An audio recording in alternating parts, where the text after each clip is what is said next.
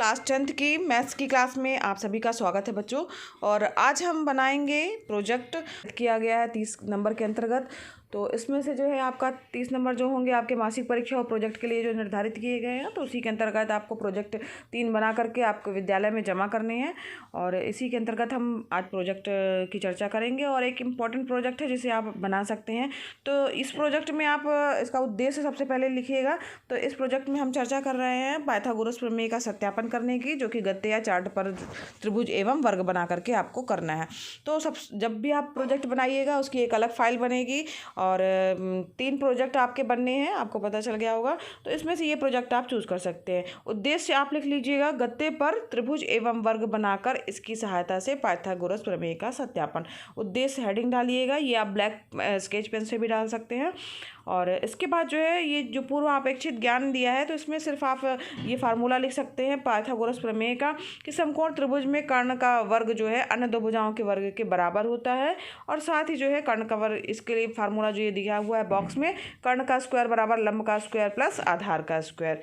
ठीक है, तो ये आप जो पूर्व ज्ञान अपेक्षित है इसकी हेडिंग मत डालिएगा, क्योंकि ये इसको लिखना नहीं चाहिए।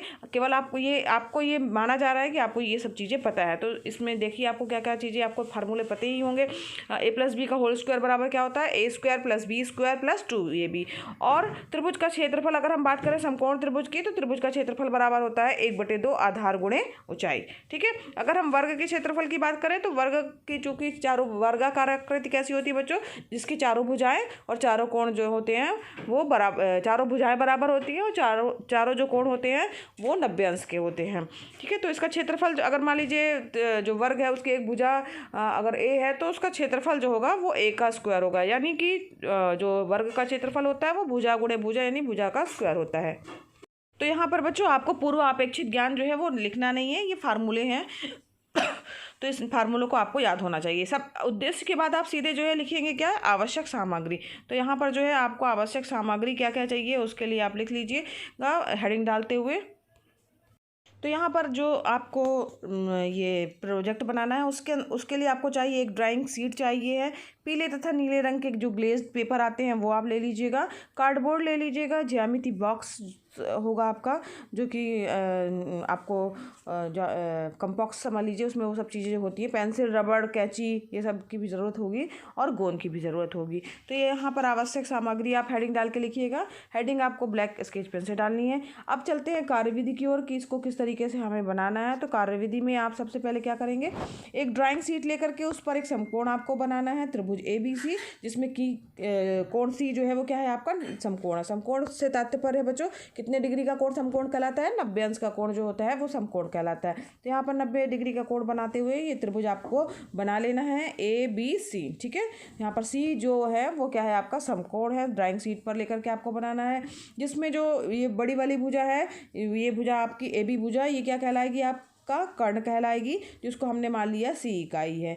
इसके बाद भुजा BC जो है वो नीचे वाली भुजा जो कि आधार वाली भुजा है, ये जो है आपका B इकाई कहला रहा, नीचे वाली भुजा जो है वो A इकाई माना गया है और AC जो भुजा है वो क्या मान लिया गया है, वो B इकाई मान लिया गया है। तो त्रिभुज ABC के जो अगर जैसे ये हमने त्रिभुज बनाया है उसी के अनुसार जो है वो पीले कलर का ग्लेस पेपर आप लेंगे और जो है अन्य 4 त्रिभुजों को भी उसी तरीके से बना करके काट लेंगे। तो यहाँ पर देखिए ये जो 4 त्रिभुज आपको काटने हैं वो पीले कलर के ग्लेस पेपर से काटने हैं। ठीक है, तो यहाँ पर ये जो चारों त्रिभुज बन के आएंगे कटेंगे वो आपको पीले कलर के प्राप्त होंगे। अब इसके बाद बच्चों क्या करना है, आपको जो नीले कलर का ग्लेस पेपर लिया है आपने, उसमें आपको एक स्क्वायर काटना है या वर्ग काटना है, जो कि PQRS आप इस प्रकार से काटिएगा जिस तरीके से दिख रहा है आपको चित्र।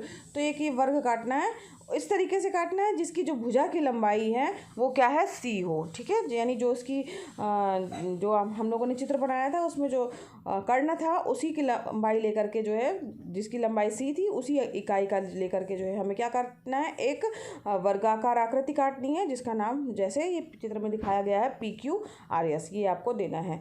अब आपको क्या करना है, ये जो आपने काटा है वो किस कलर से काटा है, नीले कलर के ग्लेस पेपर में काटा है। अब क्या करना है आपको कि चारों त्रिभुज जो हमने काटे हैं जो कि आपके पीले कलर के ग्लेस पेपर से हैं और जो वर्ग आपने काटा है जो कि नीले कलर का है, उसको एक कार्डबोर्ड पर लेना लेना है और उसके बाद जो है उस पर जिस तरीके से ये चित्र दिख रहा है उस तरीके से वर्ग PQRS लगाना है।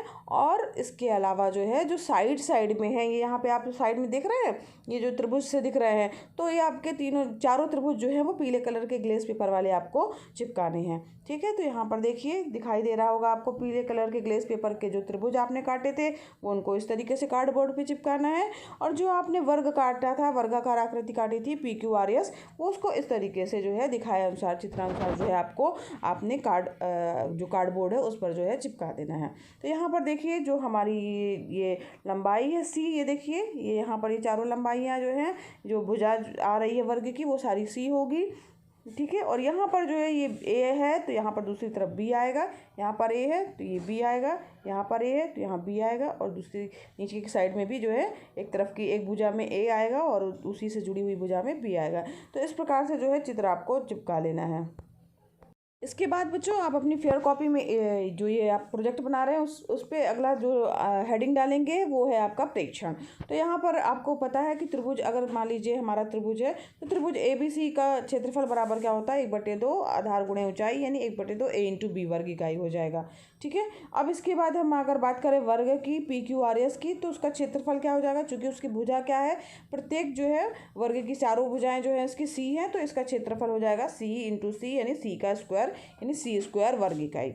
अब यहाँ पर आप चित्र की ओर ध्यान दीजिए, तो यहाँ पर जो ये बड़ा वाला चित्र दिख रहा है आपका, ये देखिए ये जो चित्र बड़ा वाला दिख रहा है ये आपको दिख रहा होगा। ये सब जोड़ने के बाद जो है आपको एक चित्र दिख रहा है, ये भी आकृति जो प्राप्त हो रही है वो भी वर्गाकार आकृति प्राप्त हो रही है, जिसका नाम हम दे देंगे KLMN। ठीक है, तो ये जो वर्ग प्राप्त हो रहा है बड़ा सा बाहर की ओर वाला, उसका नाम हो गया KLMN। अब यहाँ पर अगर हम इसकी एक भुजा की बात करें कि इसकी भुजा कितनी है, तो हर भुजा आप ध्यान दीजिएगा, इसकी भुजा A+B है, यहाँ पर A है और यहाँ पर B है, यानी इसकी भुजा एक क्या हो जाएगी, A+B। ठीक है, तो यहाँ पर इसकी चारों भुजाएं क्या हो जाएंगी, A+B हो जाएंगी। तो अगर हम इस वर्ग का क्षेत्रफल करें तो इसका क्षेत्रफल क्या हो जाएगा, भुजा का स्क्वायर, यानी क्या हो जाएगा बच्चों, A+B का स्क्वायर हो जाएगा वर्ग इकाई। तो यहाँ पर हमें इसका भी क्षेत्रफल प्राप्त हो गया।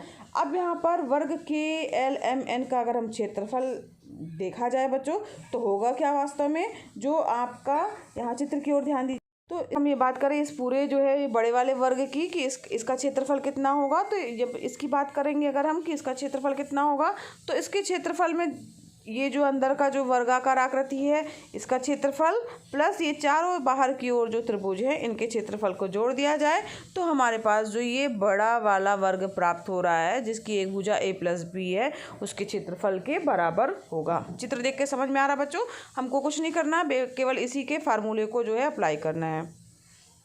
यहाँ पर देखिए वर्ग हमने लिखा KLMN का क्षेत्रफल बराबर क्या हो जाएगा, नीले रंग के वर्ग PQRS का क्षेत्रफल प्लस 4 × पीले रंग के त्रिभुज ABC का क्षेत्रफल। ठीक है, तो अब यहाँ पर A+B का स्क्वायर बराबर क्या हो जाएगा, यहाँ पर चूंकि इसका क्षेत्रफल हमने क्या निकाला है, A+B का स्क्वायर, यहाँ ऊपर निकाल चुके हैं ना हम, तो A+B का स्क्वायर बराबर हो जाएगा नीले रंग के वर्ग का क्षेत्रफल क्या आया है हमारा, C² प्लस 4 × 1/2 × AB।